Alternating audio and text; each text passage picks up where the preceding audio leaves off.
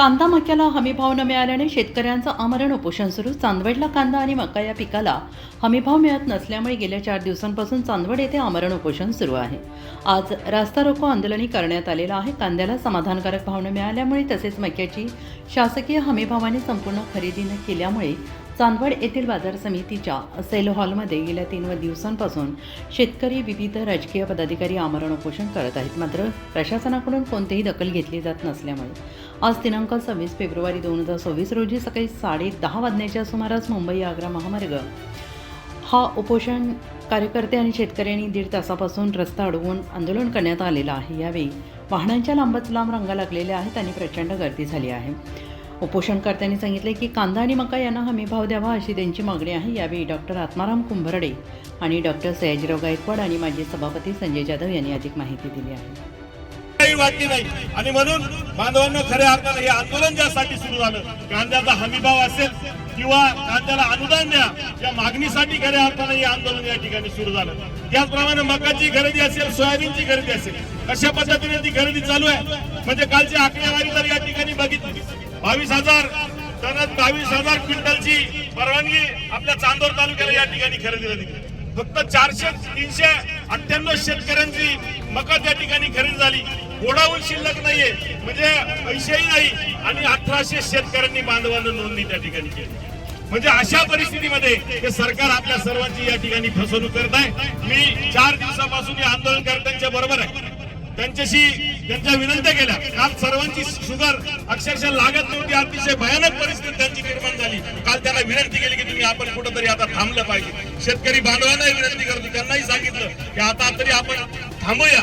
परंतु असंख्य शेतकरी रात्री आले आणि त्यांनी सांगितलं की आपण रस्त्यावरती गेल्याशिवाय शासन या ठिकाणी दखल घेणार नाही। आणि म्हणून खऱ्या अर्थाने तहसीलदार साहेब असतील, वाघ साहेब आम्हाला काही रस्त्यावर येण्याची हौस आली नाही, परंतु आमची लोक जर उद्या गेली तर आम्ही कुणाकडे बघायचं। आणि म्हणून खऱ्या अर्थाने हा शेतकरी तुम्हाला त्रास व्हावा म्हणून आम्ही या ठिकाणी आलेलो नाही।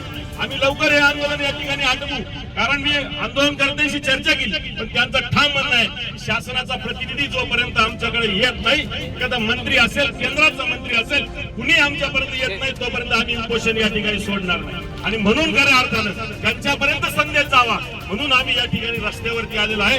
हे उपोषण तहसीलदार साहेबांना निवेदन दिलं की या गोष्टींच्या मध्ये जर बदल झाला नाही तर आम्ही या ठिकाणी आमरण उपोषण करू। आणि असं असताना तहसीलदार साहेब असतील किंवा त्यांचे शासनाचे सगळे पदाधिकारी असतील त्यांना वेळोवेळी सूचना करून त्या ठिकाणी या आंदोलनाचा निर्णय झाला। परंतु बांधवांना मला एक सांगायचं की आपण सगळेजण अधिकाऱ्यांच्या नावानं खऱ्या अर्थानं त्या ठिकाणी ओरडत असतो, परंतु सरकारमध्ये खऱ्या अर्थाने काय चाललंय हा विचार करणं आपल्याला या ठिकाणी गरजेचं आहे। अधिकाऱ्याचं काम त्या ठिकाणी करत असतो, परंतु निर्णय कोण घेत असतं? निर्णय मंत्रिमंडळ त्या ठिकाणी घेत असतं, सरकार निर्णय घेत असतं। आणि मग अधिकाऱ्यांना दोष देण्यापेक्षा खऱ्या अर्थानं जे आपल्याला फसवतंय ना यांना ठोकण्याची वेळ बांधवांना या ठिकाणी।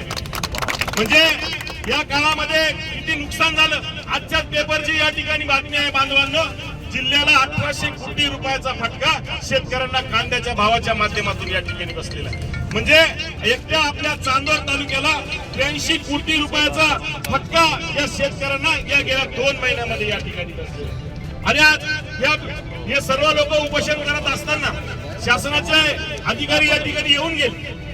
आम्ही हे उपोषण सोडणार नाही। खऱ्या अर्थाने आम्ही त्यांना विनंती त्या ठिकाणी केली होती, कोणाची 30 शुगर, कोणाची 31, कोणाची 42 का हे कशासाठी चाललंय सगळं, तर शेतकऱ्यांना खऱ्या अर्थाने न्याय मिळावा यासाठी हे सगळेजण एकत्र आलेले आहेत। साहेब आपण आम्हाला सहकार्य करा, सहकार्य केलंच आहे। तहसीलदार साहेब असतील किंवा वाघ साहेब असतील, आम्हालाही आपल्याला मी मगाही म्हणालो की आम्हाला आपल्याला त्रास देण्याची इच्छा नाही, परंतु आमच्या आंदोलनाची आमची माणसं मरत असताना जर कोणी दखल घेत नसेल तर आम्हाला रस्त्यावर यावं लागेल। म्हणून आम्ही या रस्त्यावरती या ठिकाणी आलेलो आहोत।